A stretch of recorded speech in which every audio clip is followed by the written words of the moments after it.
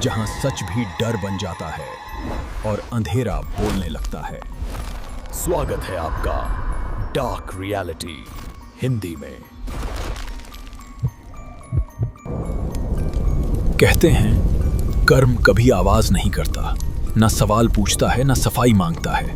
वो बस इंतजार करता है, समय चुनता है, रास्ते बदलता है, चेहरे बदलता है, लेकिन मंजिल कभी नहीं बदलता। जो आग कभी दूसरों के लिए जलाई जाती है, वही आग एक दिन अपने हिस्से का सच मांगने लौटती है।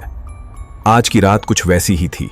मुख्य घाट से दूर एक सुनसान शमशान, जमीन पर राख की मोटी परत जमी थी और अधजली लकड़ियों के बीच एक चिता आखिरी सांसें गिन रही थी।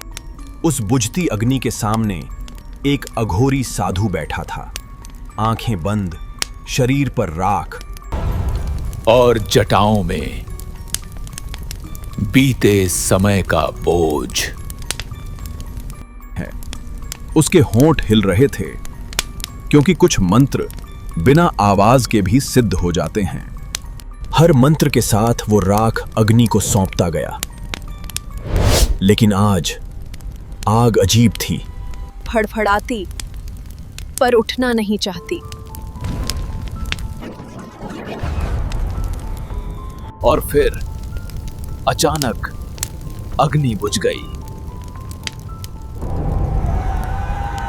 चारों ओर एक भारी खामोशी छा गई। साधु ने माथा भूमि से लगाया और जब नजर उठी, राख और लकड़ियों के बीच एक आकृति उभर रही थी। ना चीख, ना क्रोध, बस दो आंखें जिनमें था असहनीय अधिकार। साधु मुस्कुराया। उसे लगा क्रिया सफल हो गई, लेकिन अगले ही पल रुद्राक्ष की माला टूटकर राख में गिर पड़ी। हवा थम गई, नदी की आवाज गायब हो गई और अघोरी साधु भूमि पर ढेर हो गया। जब उसकी आंख खुली तो सुबह हो चुकी थी। आत्मा गायब थी, लेकिन कुछ बदल चुका था। मंत्र अब आवाज नहीं बनते थे, आग उसकी बात नहीं सुनती थी, और पहली बार अघोरी साधु डर गया था।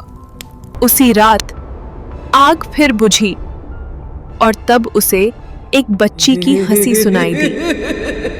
उसका नाम था अश्विनी, जिसे अंधविश्वास के नाम पर आग के हवाले कर दिया गया, और वही आत्मा अब अपराजिता कहलाती थी।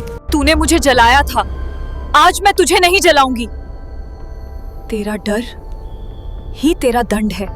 अगली सुबह साधु जीवित मिला, पर बिना शक्ति, बिना मंत्र। और तब गांव ने जाना, शमशान में आत्मा नहीं, भटकते तो इंसान हैं।